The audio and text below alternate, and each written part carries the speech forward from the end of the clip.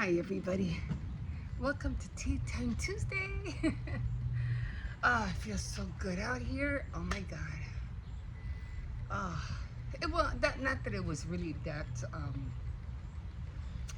you know hot out here today. It was hot earlier, but then in the apartment it was kind of warm, and then all of a sudden it just started pouring rain. And you could hear the thunderstorms and everything like that. And I was like, oh my God, that's just great. That's all I needed, was for it to be raining today. But anyway, I saw what the heck. It'll cool the air out a little bit. So um, as soon as the rain stopped, I might have to do this kind of quick because it's supposed to rain again. But for right now, it just feels so good. I have this one eye over here, and it keeps watering. Like, when it itches, like right in the corner, it itches so bad, and you just want to constantly rub it. And I've been doing that for the last like hour or so, or 2 hours, and it keeps like every time I leave it alone, it just starts all over again. It starts bothering me.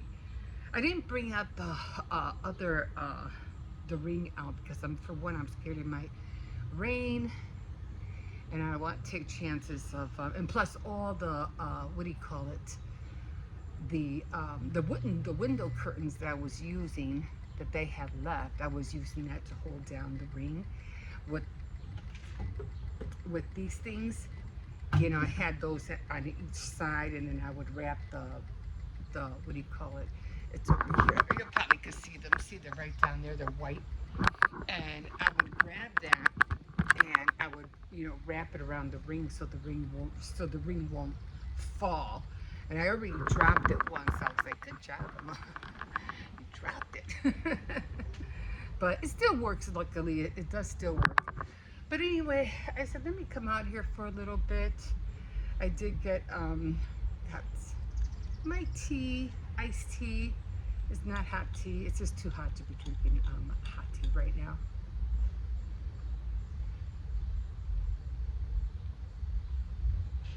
So I said, let me drink some of this instead. So anyway, got this over here.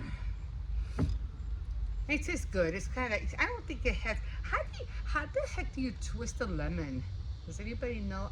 Was trying to do it. How the heck do you twist that thing on there? I gave up and I just stuck it on there. But anyway, we are still on what do you call it? The book I'm reading, the High Tide Club. I'm still reading that, and I'm just gonna go through it with you for what I have been reading so far. So I usually write it out, like I'll take some notes. Hold on, I forgot. Where did I have this? Ain't this cute? Somebody gave me this. Isn't that cute? It's like a little cross. It's a bookmarker. Isn't it cute? I should make a whole bunch of these and sell them like for 50 cents. I could feel the sprinkle. Anyway, it should really go in my Bible. But I just used it here for now. So anyway, where was I? So I usually write down, like, I'll write down everything that I underlined. So I'll write it down so I won't have to keep going back to the pages.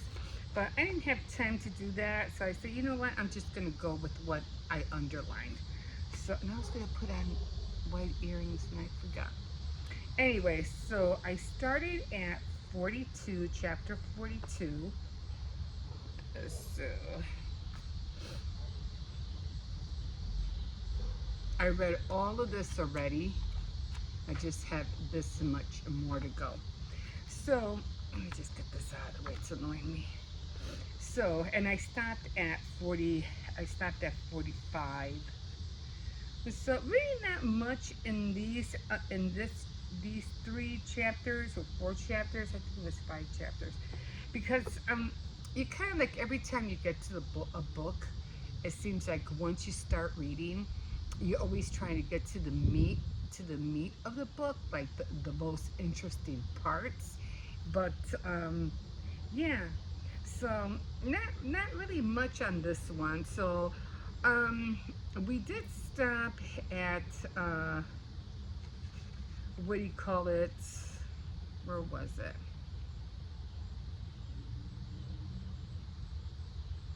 Oh, where Lizzie wanted to, what do you call it, stay at the house because she's like where Josephine had died. So the characters, if you this is your first time here, the characters are the characters are Ruth, um, Verena, Josephine, and Millie. Now these were all the four girls that were together when they ended up um, running over, or what they were driving. That's how it first started. They were driving, and they saw a lump in front of them as they were driving, and they picked up a body, and they buried the body, and then that's how it all started. So you see me winking out. This eye's bothering me. Um, so they ended up grabbing the body and not disposing it, but like burying it somewhere. And they were like, well, what about if they find it and blah blah blah. And they go, oh no, we're gonna put it where I don't remember exactly how they stated it, but wherever we put it, Josephine was, believe me, they'll never find it. And they already knew who it was, and who the person that was on that road was. What's his name? This was Russell Strickland. Russell. I thought I had more names on here. Was Russell Strickland. So he was the one that they had come across. Now he was the one that was supposed to marry Millie, and Millie, and the book goes from um, back in 1942, and then it jumps into the future, like into contemporary times.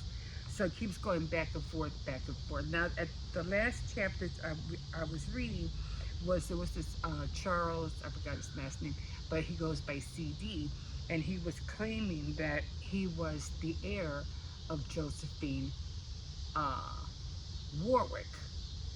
And they're like, well, how you gonna prove that? And he, they broke down this whole thing about, when she had the baby, they didn't want nobody to know that she had the baby, so they ended up sending the baby to like an orphanage, and then from there he ended up going to some kind of all boys school, and then when he got to be like a teenager or 18, he ended up running away and just started living on his own. But they're like, well, it's gonna be hard for you to prove what you're saying, because there's no records of her ever saying she had a son, and there's no records from you saying that you were her son as well. So I underlined some things. So then the girls were already leaving. Josephine had died. She apparently took some medication with some wine or something, and I think she tripped over one of her puppies, and she ended up just falling down. She fell and she hit her head. So that was sad, because she was like really wanted to leave the estate to her closest friends, who was Millie, Ruth, and Verena. Ruth and Millie had already passed away. They're already gone long, and she was the other one that was left alive, and Verena. But now it's only Verena that's the only one that survived. So she's the only one. Now, in 1942, like I said, Millie was supposed to marry Russell, but he was the kind, very violent kind of, He did have a lot of money. His parents were wealthy, but who ended up taking care of him when he was a little boy were his grandparents, because his parents had died in a car crash. So as he got older, whatever, and so they ended up hooking up, or actually Millie's mom said, no, you gotta marry him, because he's the one that has the money. Back in the day, you always had to marry somebody who had wealth, and back in those days. And Russell Strickland was the one Millie's mom would say, no, you have to marry him because we're down and out over here. You need to marry somebody with money. So, and then I guess maybe he knew that, I don't know, but he was just violent and always wanted to get his way. It was either his way or no way. So he ended up trying to rape, and he probably did rape Millie, I say a couple of times before they got married.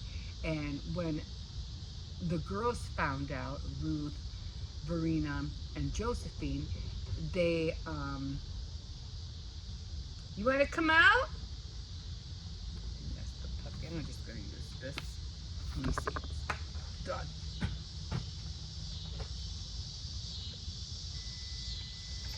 Come on. Yeah, he saw the door open. I left the doors open. So no, come here. No. I'm always scared the gate's gonna be open. He's gonna run out. So anyway, so yeah.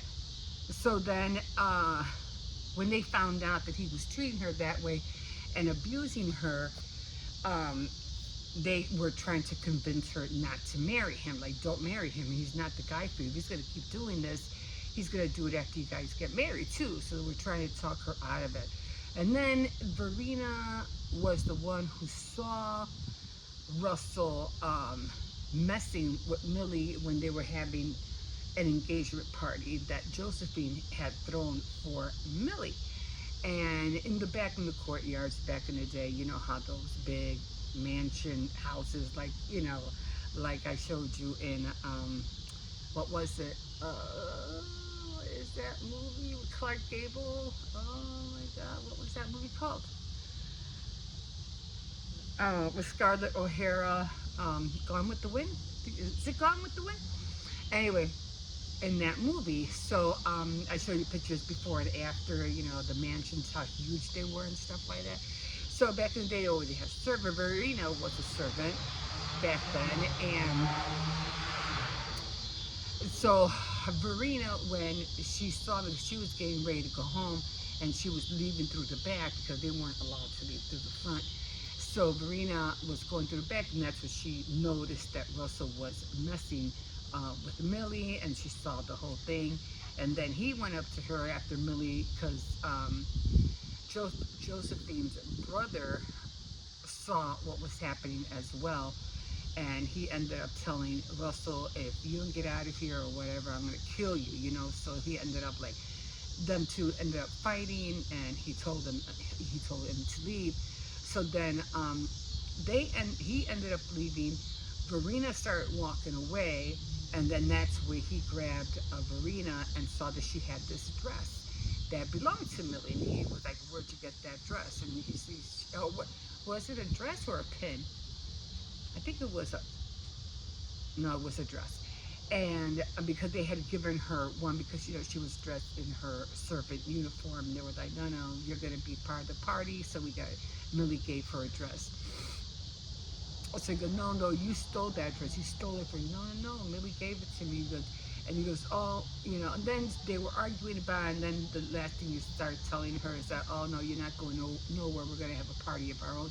But they never really got to that point, or Verena never really expressed what happened after he said that. So I'm still trying to find out what happened that night with Verena. Now, there's 4 girls. Cersei's, come here! There are apparently 4 girls who could have killed him. Could have been Josephine, it could have been Millie, could have been Verena, could have been Ruth. I don't think Ruth would have done anything, but I'm pretty sure it had to either be Verena, Millie, or Josephine. But anyway, so like I said, Brooke, she's the main character, and also Gabe is kind of like now the main character, because those two are the 2 lawyers who are investigating Josephine's murder and the estate. Brooke can't really, claim the estate because she's the grandmother of she's the great the granddaughter of the great her great grandmother, who was Millie. Marie is the daughter of Millie. Yeah. so so she can't claim the estate. The only one that could is Millie, and now, but since Millie is dead, it goes down to her mother, who is Marie. So, and then we have the other girls, who I think Ruth had Lizzie, and the other ones I think was Verena had. Oh my God, I'm already getting confused. Well, anyway, they had next of kin. Let's just put it that way. And let's see, could I let you know? I should have wrote down more names. I gotta remember to write down more names. But I thought I did. I might have thrown it out. But anyway, let's just go back now, because Lizzie is staying because they were all ready to leave, because they had, what do you call it? They're trying to figure out what they're going to do, who's going to inherit the estate, who's going to get what from where the island, which is Shellhaven. So they were all getting ready to leave except for Lizzie, because she was like, she wanted to stay after all, because she's a writer, so she's like a journalist. So she's like, oh, I ain't going nowhere. There's a story here, and I'm not leaving. I'm going to write about this. So so that's where we're at right now. So, okay, so we are in chapter 42. The ferry was waiting on the dock along with a crowd of 36 passengers, campers, day trippers, and a group of middle-aged bird watchers. And they were on a boat that was called the Miss Elise Bentendorf. And then Marie, who was again the daughter of Millie, said, I wonder if that was Josephine's mother. Marie said as the group approached the boarding deck. And Verena said, that's right, Miss Elise was Josephine's mama, Verena said, coming slowly up beside them. Miss Ellie, but that made her madder than a mule with a mouthful of bumblebees. She wrote all the kind of letters trying to make them change the name, but it was too late. She wouldn't even get near this new fairy, no matter what. Evidently, she didn't like the fairy being named after her mother. I don't know why. Okay, so all of them ended up docking except for Lizzie, who said, okay, so then they found an empty row of shaded wooden seats on the first deck. Remind me why you're going back across the mainland since you're staying at Shellhaven? Felicia said, that was Felicia. Felicia asked Lizzie. Supplies, Lizzie said, ticking off her list. Cat food for Dweezil, a few more clothes, including bathing suit, since I only packed enough for stuff for the weekend. White wine, tequila, Xanax, just the basics. So she had to go back home. I didn't put my off on. Let's forget that. Okay. So Felicia cocked her head and regarded Lizzie in real interest. So you're going to write a magazine article about Josephine and Talicia. Seriously, who would want to read about some backwater island in the middle of nowhere? Who wouldn't? So it's like, who wouldn't want to read that? This story has more truth and more turns and twists than a daytime soap opera. But the best part is, it's all true. Just look at the latest development. This CD character coming to Brooke and Gabe this morning to say that he's Josephine's long-lost son and only living heir. How surreal is that? So that's why she's staying on the island, because she wants to write this article. So, okay, Alicia, please. Okay. Oh. If he's kin to Josephine, Diana Ross. And then Verena jumps in and says, what did you say? Verena leaned forward from her seat next to Felicia to face Lizzie. Who's kin? Who's kin to who? Um, Verena's okay. So Lizzie raised her voice and enunciated slowly.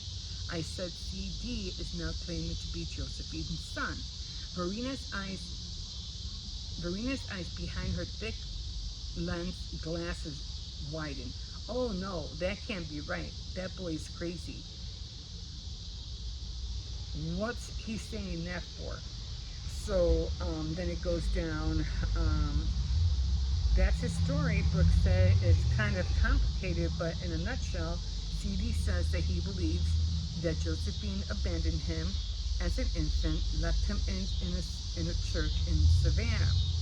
The church turned him over to a Catholic orphanage there, and they in turn placed him in a Good Shepherd home for boys, where he lived until he ran away at 16.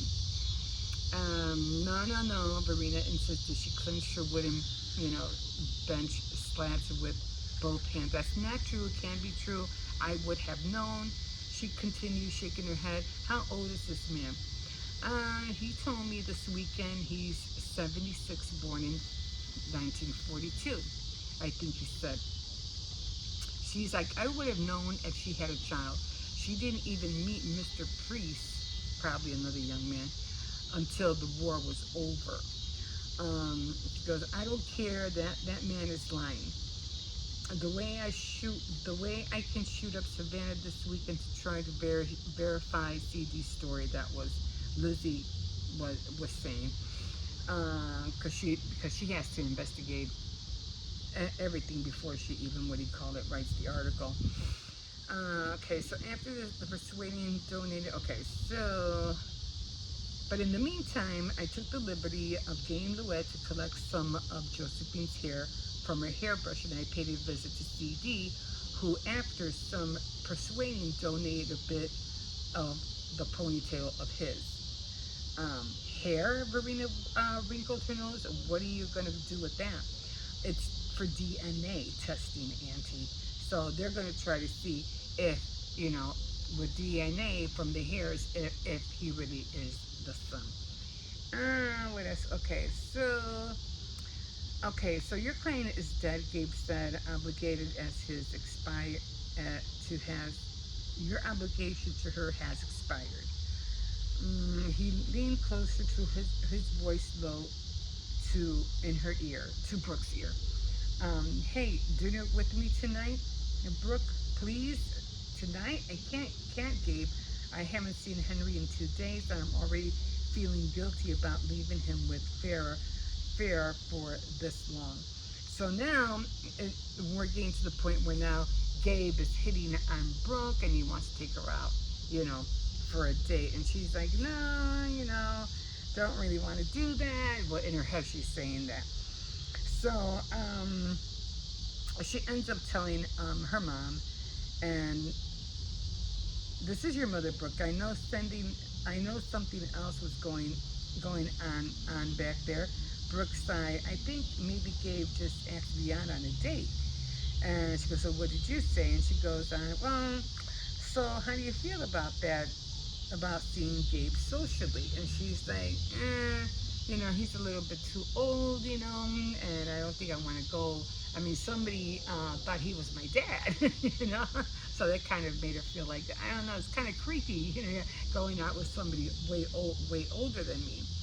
Do you think he's way too old for me? I mean, the last time we went out to dinner, someone mistook him for my dad. It was super embarrassing. Okay, I guess he's kind of hot in a silver hair for fox kind of way. He's fit, but not obsessed with himself. Okay, so then maybe you should go out to dinner with him. He didn't ask me, Marie. So she goes, well, maybe you should go out with him instead of me. Or I would. Now, what are the negatives? Like I said, he's way too old for me. And then she goes on, I do suck at it, Brooke insisted. Anyway, the big thing is it's creepy. It's like, and this is funny when I read this, because you know the whole thing going on with the Epstein files, and with the president, liking young girls and stuff like that, and then I came across, I guess they were interviewing Ivanka and Trump. I think it was on The View, and he was like, "Oh, well, what do you two have in common?" And they were asking Ivanka, and Ivanka goes, "Oh, I think maybe real estate," and she says something else, and golf. And then they asked Trump, he goes, "What about you? What do you have in common with your daughter?" And he goes, "Well, I would say sex." And they're like, "Oh my God, that's your daughter! Like what the?" And she goes, "You're reminding me of Woody Allen." And then all of a sudden, I read this, and it's like, I do suck at it, Brooke insisted. Anyway, the big thing is it's creepy. It's like the whole Woody Allen obsession with the younger chicks thing. That's so funny because we're into that right now. Everybody's talking about that right now. So I thought that was kind of weird that came in. I was reading that here while all that's happening. The one thing I learned getting older, so Marie's talking to her daughter. The one thing I've learned getting older, going through a divorce, reinventing myself, say yes to the possibility. So she's contemplating, whether she should. So the whole chapter is about, you know, them dating. In chapter 44, Farah, she finally came home, and she's like, she had to hurry up back to Farah. Farah's like an assistant slash babysitter for Brooke to take care of her son. So somebody ended up in jail, and she was talking all about that and how they were going to get her out and things like that with the charges, the felonies, and so forth. So she was really happy for Farah because Farah had an envelope. An envelope had the official seal of the University of Georgia. What is this? She asked Farah. Oh my God, I almost forgot with all that Britney drama, Farah exclaimed. I did it, Brooke. I got it. I got into the University of Georgia. So they were really happy about that. So she's trying to convince Farah, to go ahead with her education because she has this one or kind of like boyfriend, ex-boyfriend that they keep breaking up, getting back together, breaking up, and she's trying to convince her, don't be with him because if it doesn't work out, he's just going to drag you down, and you're not going to be able to further your career because of him. So, okay, I'm not ready to work, she announced, sitting at her desk and powering up her computer. Was that Jackson? Farah nodded but didn't look up from the document she just opened. Did you tell him you didn't want to get back together with him? The girls didn't look up. Brooke. Yeah, no, not another word. Brooke's own cell phone rang.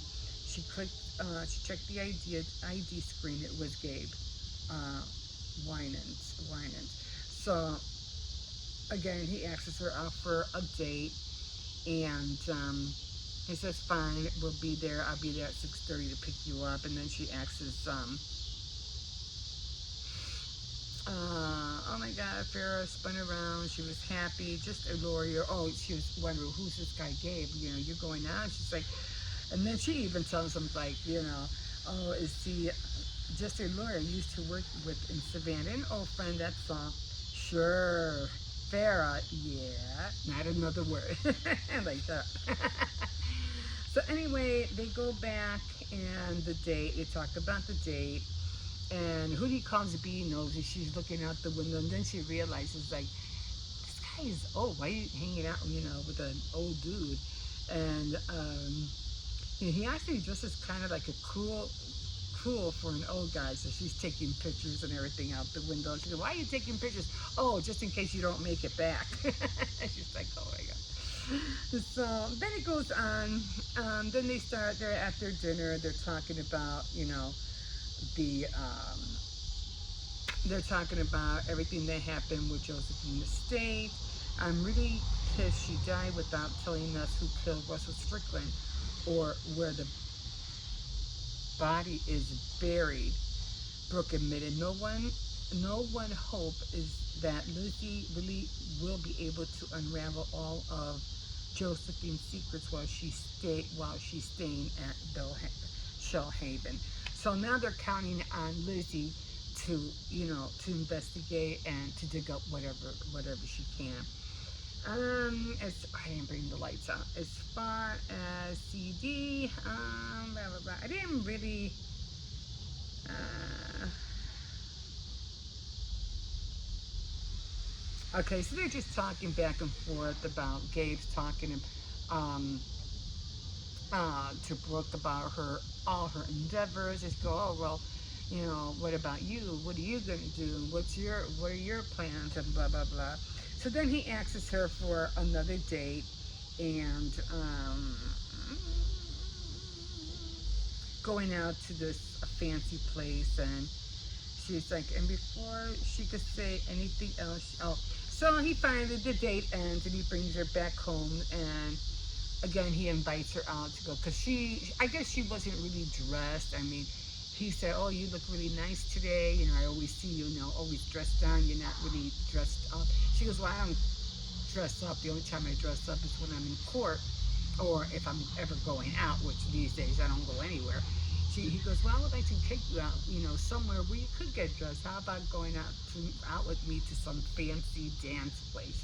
She's like, oh, that's far. Goes, oh, that's okay.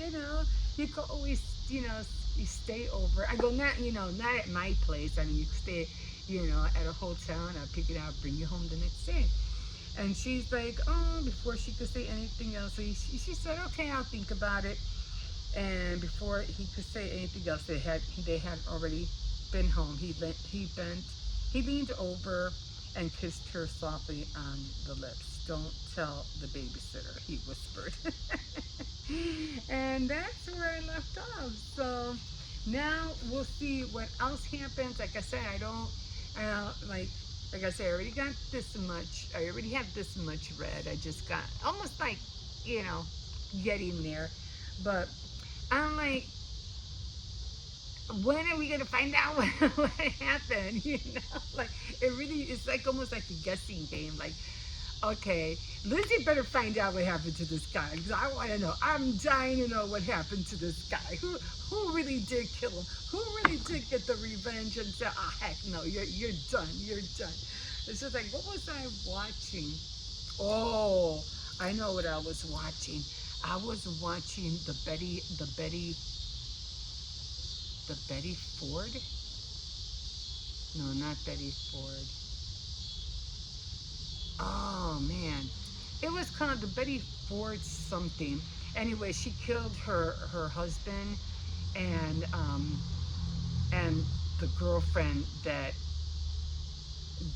her husband cheated on her with. Do you remember? It's called the Betty Ford something, the Betty Ford story or something like that. Anyway, so it was really funny because, as you know, she's supposed to be come up to what do you call it? One of those things. What do you call it? A review or whatever. In 2032, which is what, 12 years from now? 12 years from now? 12 years from now, right? Because we're 25, 30, 32. Yeah. So in 12 years, she's supposed to be coming up for a review. I forgot what that other word. You know what I mean.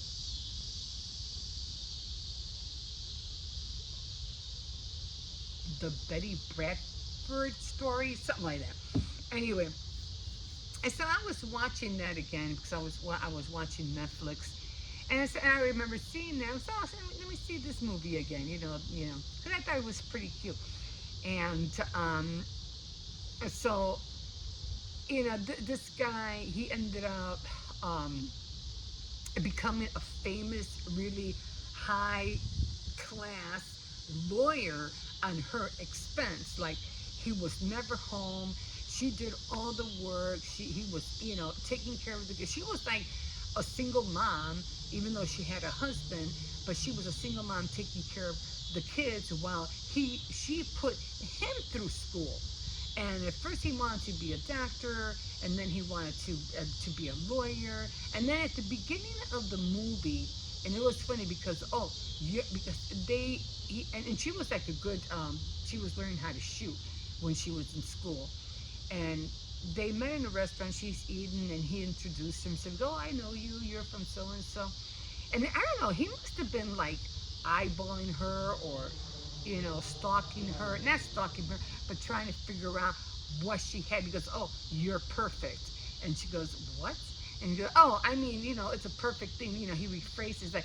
He was almost like kind of aiming for her to get to where he wants to go at her expense. Like, he knew how he was going to use her. So, and he did. He used her so bad that it literally drove her crazy. And I did even made two movies out of her, about what she went through. And they had the court drama, the real court drama, and everything like that. And then, but what really got me was when she went upstairs, and Linda Kokena, I think it was, why can I remember that name? Linda Kokena was the girlfriend who he had hired as a receptionist, and then he had hired her as a paralegal, which she knew nothing about paralegal, nothing at all. But Betty, she said, no, get rid of her, get rid of her. And he didn't listen. He goes, if anybody, I've actually be getting rid of anybody, it's you, And she was like, But then that's when the whole marriage started to unravel, and the kids were involved, and she was, he was, just ruthless and really nasty to her throughout the years. And then finally, after all that was said and done, he ended up finally marrying Linda Kokena. And and then he goes to Betty, and Betty's like, she goes, well, tell me, what was I mean, you did cheat on me this whole time, right? I mean, it doesn't matter anymore. We're going through divorce. I wasn't imagining it. You were this whole time, right? And he goes, yeah, I was. Oh my God. I was like, but he was driving her nuts. And finally, there was this one thing that we called, the lawyer was kind of like, helping him out in order for him to gain access to everything and leave her with nothing practically. And it was something called separation. But you never mentioned that to me. You never said a word of separation. You just said you were going to leave, and because you needed to be alone or whatever, but you never said we were going to separate. So she had to prove that in court. And then she even tried being her own lawyer at one point, which was kind of like, wow, that was fascinating.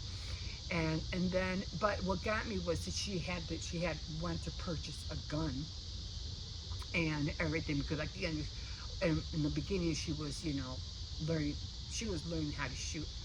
So she got a gun, and then finally she was just getting she just had so much anger and so much resentment that when she went to go see a therapist, she was like, you're good at your job. You're really good at your job. You're trying to make me feel better, but I don't want you to.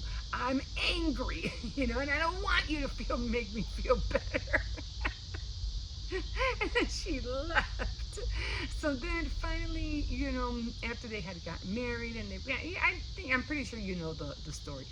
But what got me was, man, this guy was like really ruthless. Like,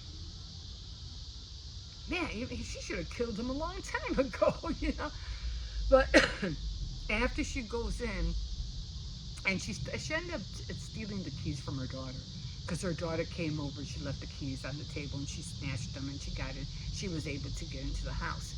And she got in because she knew the whole house, because she lived there. So she knew how to get in through the back. And when she got in through the back, she went upstairs where the bedroom was at, where they were sleeping.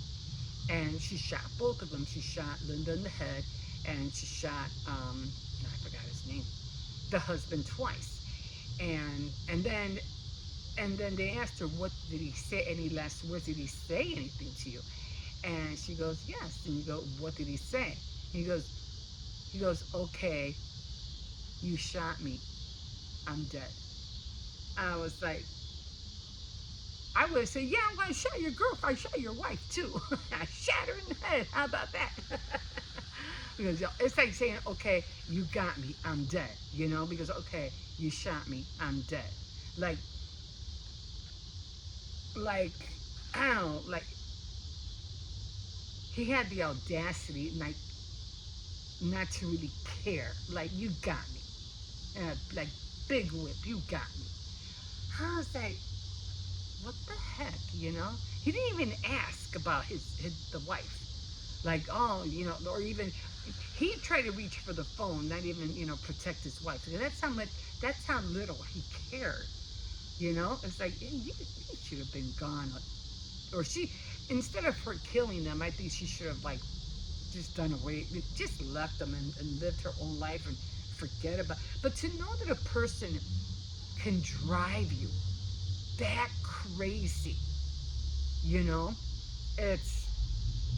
it's unbelievable. But I don't know. I mean, to be in a marriage like that, I mean, and they were all for her because a lot of people were going through, acknowledging, like, I went through the same thing. And then when she was in jail, she became famous. They were writing her letters, and she was giving them advice and helping them out and all that stuff. But I'm like, but it's just like the Mendes brothers, the Menendez brothers. I mean, they're like, they're still trying to get. But man, these monsters are not going anywhere. And just like Betty, she's not going anywhere. I mean, when she comes up for her review, she's not going to get out. They're gonna, no. There's no way. But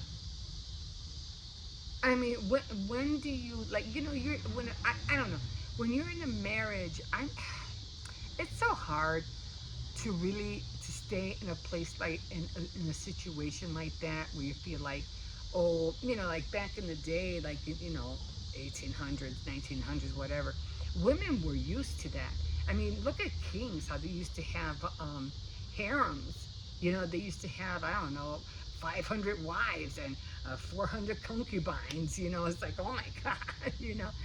And some people would have, like, even, I'd say in the 1900s, they would have mistresses, and the wives were aware of it. They knew that their husbands had mistresses, but they wouldn't, like, they would look the other way because they felt like, yeah, but I get it all. He might have mistresses, whatever, but I'm the queen and I get it all.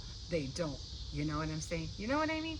So, but in this day and age, we see that as a, not a threat, like, oh my God, what is that word? Like a backstabbing kind of a thing, like a betrayal to be with another person, and to know that you're only supposed to be with me, which of course was the initial, when Adam and Eve were born, you were only supposed to be two, husband and wife. But all this stuff with all the concubines and king, there was a reason why all that happened, okay? It wasn't like, the kings back then ended up with all these women because he wanted them. It was because every time they raided a tribe, they collected these women and children, and all the men were dead. So they ended up taking it. So they were responsible for taking care of hundreds of women, So that's how come they ended up with all these women, But in this day and age, we see it as a betrayal when a man goes out of his marriage um, and looks for something else on the side. We see it as a huge betrayal because it's only supposed to be you two, which that was the way it was supposed to be from the beginning of time.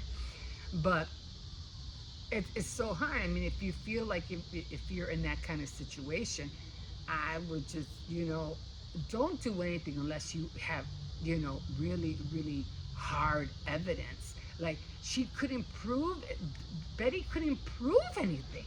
She could, because he was doing everything underhanded. So she was no way she was able to prove this.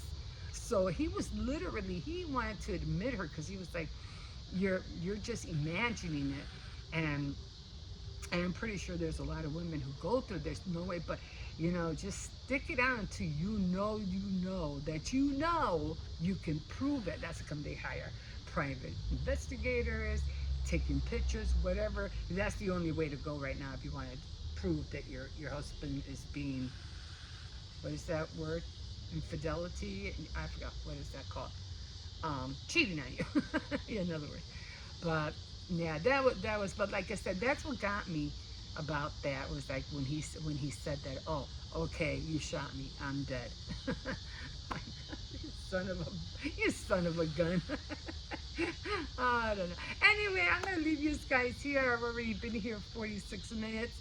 So I hope you enjoyed me. It's getting dark. I didn't bring my lights out here, and I said I better go out there before it rains. It just feels so good out here. I don't want to go back inside. But again, there's no awning, no nothing. I did want to put a projector, but I just never had the chance. Like I wanted to put a projector there. See that white block right there? I want to put a projector here so I could see movies or, YouTube or whatever on that big block right there. I don't know. Maybe I can still do it. If not, I'll figure another way to do it and just chill outside because it's just.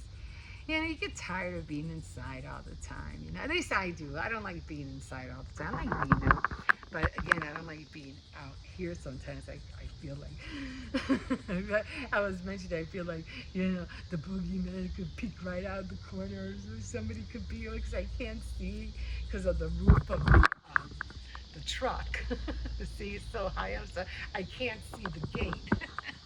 But I'm like, nah, I get paranoid. I'm like, no, I'm going in. I'm going in. But anyway, thank you for joining me for Tea Time Tuesday. And yeah, so I'll try to read more. Hopefully I can finish this book by the end of the month. Hopefully, and I'll start on a new one, and we'll see that. But I can't wait to find out who did kill. Well, I can't see you guys for nothing. Okay, good. Now I can see myself. So we'll see, who did kill Russell Strickland. We'll find out together. Okay, guys. You can always like, subscribe if this is your first time, and if you want to, continue my journey on reading this book, you can always like, subscribe, and definitely comment. Okay.